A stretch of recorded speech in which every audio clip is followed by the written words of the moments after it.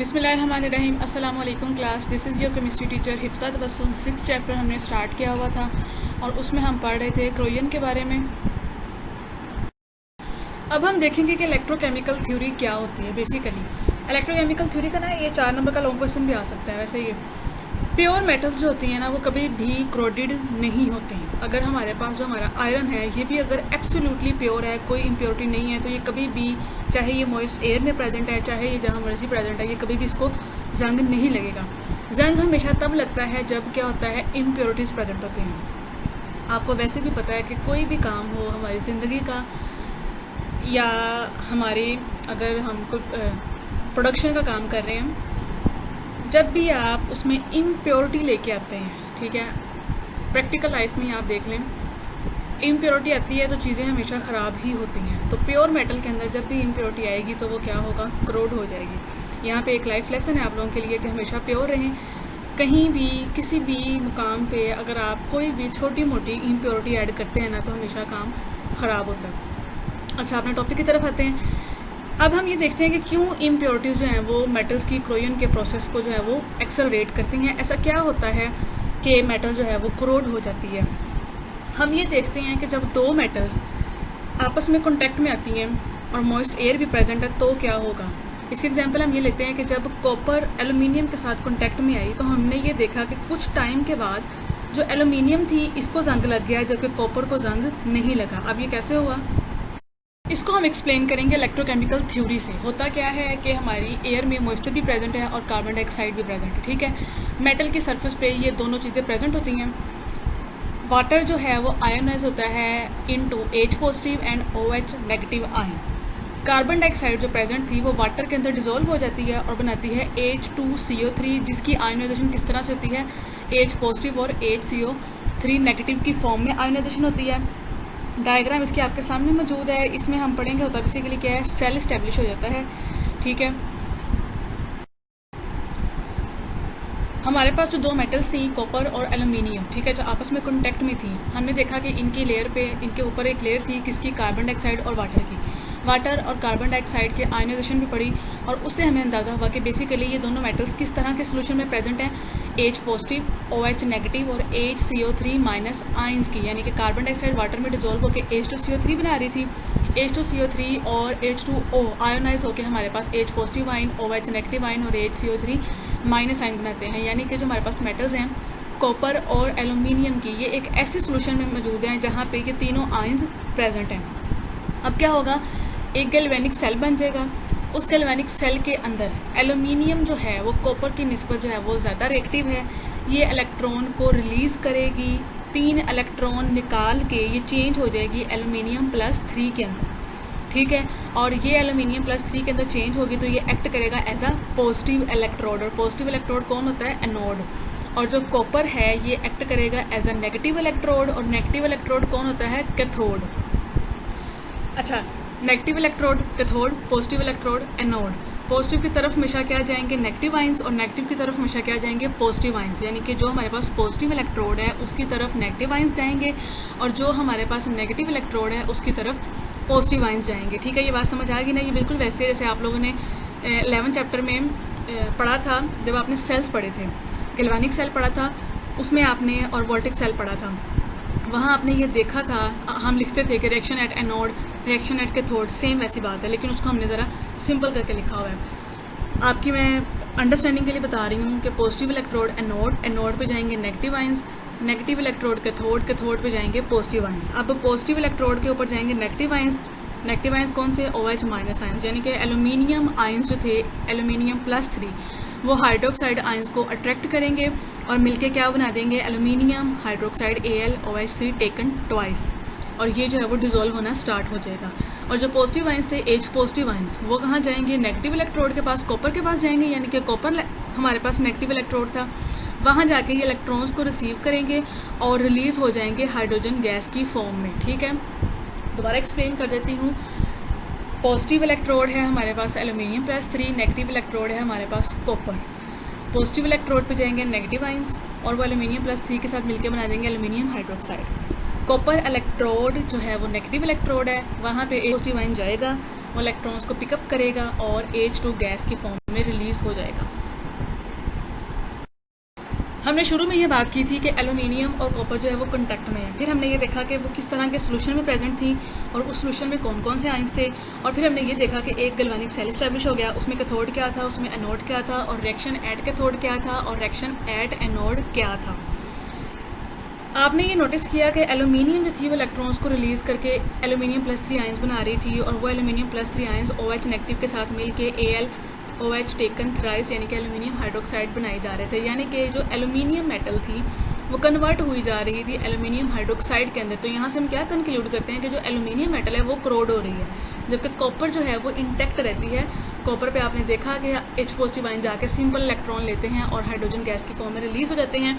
Copper को कोई effect नहीं पड़ता, कॉपर अपनी एलिमेंटल स्टेट में प्रेजेंट है। तो यानी कि यहाँ क्या हुआ, एल्यूमिनियम क्रोड हुई जबकि कॉपर क्रोड नहीं हुई। कब? जब दोनों आपस में कॉन्टैक्ट में थी। और यहाँ से हम ये कंक्लूड करते हैं कि जब भी कोई एक्टिव मेटल जैसे कि एल्यूमिनियम है और वो इलेक्ट्रोकेमिकल सीरीज़ में हायर है, ये इलेक्ट्रोकेमिकल सीरीज़ भी आपने पढ़ी थी। फर्दर इसको आप रिवाइज करने के लिए इसको आप फर्स्ट ईयर की बुक में ज़रूर निकाल के देखिएगा और वहाँ देखिएगा कि एल्यूमिनियम जो है वो हायर है इलेक्ट्रोकेमिकल सीरीज़ में, जबकि कॉपर जो है वो लोअर इन पोजीशन है।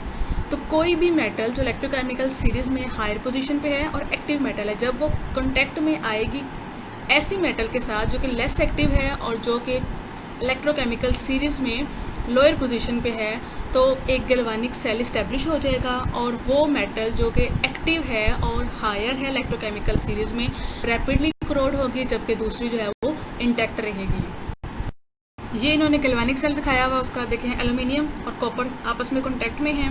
एल्यूमिनियम 3 इलेक्ट्रॉन को रिलीज़ करके एल्यूमिनियम +3 में कन्वर्ट हो रही है और उस पॉजिटिव इलेक्ट्रोड पे नेगेटिव आयंस यानी कि OH नेगेटिव आ रहे हैं और कॉपर से H पॉजिटिव जो है वो H2 की फॉर्म में रिलीज़ हो रहे हैं। ये गैल्वेनिक सेल इस्टेब्लिश हुआ है कॉपर और एल्यूमिनियम के दरमियान। कब? जबकि वो मॉइस्चर और ओपन इन्वायरमेंट में प्रेजेंट थी।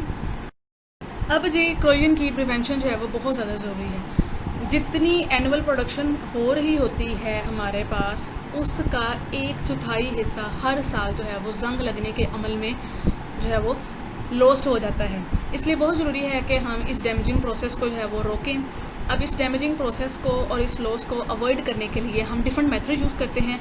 सबसे आम और कॉमन मेथड्स जो हमारे घरों में भी यूज़ किया जाता है वो क्या होता है कि हम मेटल को पेंट कर देते हैं, ठीक है। उसके ऊपर कोई भी ऑयल पेंट, वार्निश या इनेमल भी कवरिंग को कहते हैं, बना देते हैं। यही वजह है कि हम नोटिस भी करते हैं, जैसे हमारे घर के दरवाजे होते हैं, इनसे अगर पेंट उतरना शुरू हो जाए तो इनको जंग लगना शुरू हो जाता है। तो हम इनको हमेशा पेंट करके रखते हैं ताकि ये ख़राब ना हो, ठीक है। एक तरीका तो ये होता है जो कि सबसे आम है और सिंपल है। एक ये होता है कि हम मेटल्स का दूसरे एलिमेंट्स के साथ अलॉय बना दें, या हम मेटल्स की कटिंग कर दें with a thin layer of an other metal, coating कर दें, ठीक है। मेटल को हम किसी दूसरी मेटल की थिन लेयर के साथ कोट कर देते हैं। ये बिल्कुल वैसे है जैसे अभी हमने इलेक्ट्रोकेमिकल सीरीज़ में पढ़ा कि अगर एल्यूमिनियम और कॉपर कॉन्टैक्ट में है तो कॉपर जो है वो क्रोड नहीं होती, एल्यूमिनियम क्रोड होती है।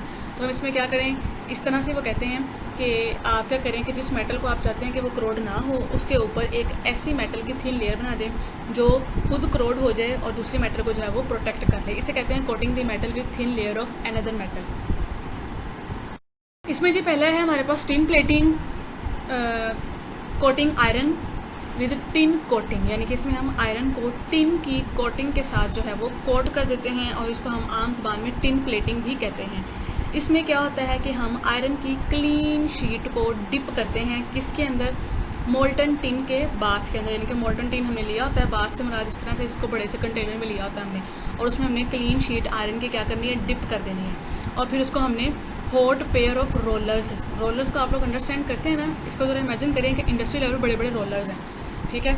उन रोलर्स के अंदर से गुजारते हैं और वो क्या होते हैं, हॉट होते हैं, ठीक है। इस तरह की प्लेट्स की जो मैन्युफैक्चरिंग है ना, ये हम तब करते हैं जब हमने टीन कैंस बनाने हों या ऑयल कंटेनर्स बनाने हों। आपने देखा होगा घरों में अक्सर जो डालडा के बड़े वो टीन पैक आते हैं ना, वो इसी के बने होते हैं जिनमें हमने आयरन की टिन प्लेटिंग की होती है, और इस तरह के अदर आर्टिकल्स बनाने के लिए। और टिन अगर इसको हम देखें तो ये इटसेल्फ बड़ी स्टेबल होती है और ये मेटल को प्रोटेक्ट करती है और उसको कोरोजन से बचाती है। आयरन जो है वो इंटैक्ट रहता है। अगर ये प्रोटेक्टिव कोटिंग डैमेज हो जाए तो फिर ये चांसेस होते हैं कि आयरन जो है वो मॉइस्चर के साथ कॉन्टैक्ट में आएगा और क्रोड हो जाएगा। अच्छा जी, हमने पढ़ी है टिन प्लेटिंग, यानी कि हमने आयरन को क्रोयन से प्रोटेक्ट करने के लिए उसके ऊपर टिन की प्लेटिंग कर दी है। टिन जो है वो खुद भी करोड नहीं हो रहा और उसने आयरन को भी करोड होने से बचा लिया है। लेकिन अगर ये कोटिंग डैमेज हो जाती है तो क्या होता है? डैमेज होने पे हमारे पास एक गैल्वेनिक सेल इस्टेब्लिश हो जाता है और इस गैल्वेनिक सेल में टिन जो होता है वो कैथोड के तौर पर काम करता है और आयरन जो होता है वो एनोड के तौर पर काम करता है। पीछे भी जो हम एल्यूमिनियम और कॉपर का पढ़ के आ रहे थे उसमें एल्यूमिनियम ने एनोड के तौर पर काम किया था और एल्यूमिनियम करोड हुई थी, यानी कि हर वो मेटल जो एनोड के तौर पर काम करेगी वो क्या हो जाएगी? करोड हो जाएगी। अब यहाँ पे आयरन एनोड के तौर पे काम कर रहा है तो होगा क्या? आयरन जो है वो इलेक्ट्रॉन्स को रिलीज़ करेगा, रिलीज़ होने वाले इलेक्ट्रॉन्स आयरन से टिन की तरफ मूव करेंगे और जैसे कि हमने पहले भी पढ़ा था कि पॉजिटिव आयंस नेगेटिव इलेक्ट्रोड पे, नेगेटिव आयंस पॉजिटिव इलेक्ट्रोड्स पे, तो जो कैथोड है उसके ऊपर जो पॉजिटिव आयंस प्रेजेंट थे वो इलेक्ट्रॉन्स को पिकअप करके जो है वो डिस्चार्ज होंगे और H2 गैस बना देंगे और हमारे पास सोल्यूशन में जो है वो सिर्फ और सिर्फ हाइड्रोक्साइड आयंस रह जाएंगे। और ये हाइड्रोक्साइड आयंस क्या करेंगे? पॉजिटिव इलेक्ट्रोड पे जाएंगे। पॉजिटिव इलेक्ट्रोड कौन सा है? हमारे पास आयरन का है और वहाँ पे आयरन के साथ मिल के उसका हाइड्रोक्साइड बना देंगे। सेम लाइक जैसे एल्यूमिनियम ने एल्यूमिनियम हाइड्रोक्साइड बनाया था, वैसे आयरन जो है वो अब फेरिक हाइड्रोक्साइड बना देगा हमारे पास, जो कि रैपिडली वाटर के अंदर डिज़ोल्व होता है और आयरन को जो है वो जंग लगना शुरू हो जाता है। तो यहाँ से हमने ये कंक्लूड किया कि अगर हमारे पास एक सिंपल आयरन मौजूद है और एक हमारे पास टिन प्लेटेड आयरन मौजूद है, तो जो टिन प्लेटेड आयरन है वो जल्दी करोड होगा as compare to simple iron. क्यों? क्योंकि जो टिन प्लेटेड आयरन है उसमें अगर टिन की कोटिंग डैमेज हो गई है तो गैल्वेनिक सेल इस्टेब्लिश होगा और गैल्वेनिक सेल के इस्टेब्लिश होने से क्रोयन का जो प्रोसेस है वो बहुत ज़्यादा एक्सेलरेट हो जाएगा। इसमें भी नेक्स्ट है हमारे पास अब गैल्वेनाइजिंग का प्रोसेस, या इसको हम कहते हैं जिंक कोटिंग, या इसको हम कहते हैं एनोड कोटिंग। इसमें क्या होगा? हम आयरन की क्लीन शीट को डिप करेंगे जिंक क्लोराइड के बाथ के अंदर और फिर हम उन आयरन शीट्स को वहाँ से रिमूव करके रोल्ड करेंगे, यानी कि रोलर से गुजारेंगे और फिर उसको हम जिंक बाथ के अंदर जो है वो डिप कर देंगे। इसके केस में भी क्या होगा कि अगर जिंक की ये जो प्रोटेक्टिव कोटिंग है ये डैमेज हो जाती है तो क्या होगा? एक गैल्वेनिक सेल इस्टेब्लिश हो जाएगा क्योंकि मॉइस्चर प्रेजेंट है और मॉइस्चर में आपको पता है कि वाटर भी है और अदर गैसेस भी हैं। अब गैल्वेनिक सेल इस्टेब्लिश होगा तो जो आयरन है वो कैथोड के तौर पर काम करेगी और जो जिंक है वो एनोड के तौर पर काम करेगी।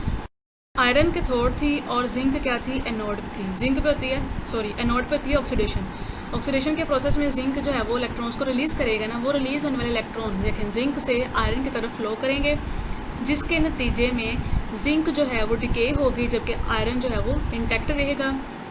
Fe+2 plus zinc, after action क्या हुआ? जिंक डिके हो रही है, यानी कि जिंक ऑक्सीडेशन के प्रोसेस से इलेक्ट्रॉन्स को लूज़ कर रही है और Fe+2 ने रिलीज़ होने वाले इलेक्ट्रॉन्स को लेके हमारे पास जो है वो एलिमेंटल आयरन बना दिया। इसे हम कहते हैं सैक्रिफिशियल क्रोयन, यानी कि क्या किया? जिंक ने अपनी कुर्बानी दे दी और आयरन को करोड होने से बचा लिया, यानी कि जिंक ने सेक्रीफाइस किया है। क्रोयन हो रही है लेकिन किसकी हो रही है? जिंक की हो रही है, आयरन की नहीं हो रही। इस तरह ये गैल्वेनाइजिंग जो होती है ये प्रोटेक्ट करती है मेटल को रस्टिंग के प्रोसेस से, जंग लगने के अमल से, क्रोयन से, और इस प्रोसेस को हम यूज़ करते हैं वाटर पाइप्स के अंदर। That is all about today's lecture. ये तीनों हम इलेक्ट्रोकेमिकल सीरीज़ के बाद जो हम दो मेथड पढ़े हैं इनमें कॉन्सेप्ट सेम है। गैल्वेनिक सेल इस्टेब्लिश होने हैं, एनोड के कैथोड बनने हैं और उन पे रिएक्शंस होने हैं। ठीक है, इंशाल्लाह कल हम कंटिन्यू करेंगे क्रोमेट्स से एंड मैग्नेट्स से।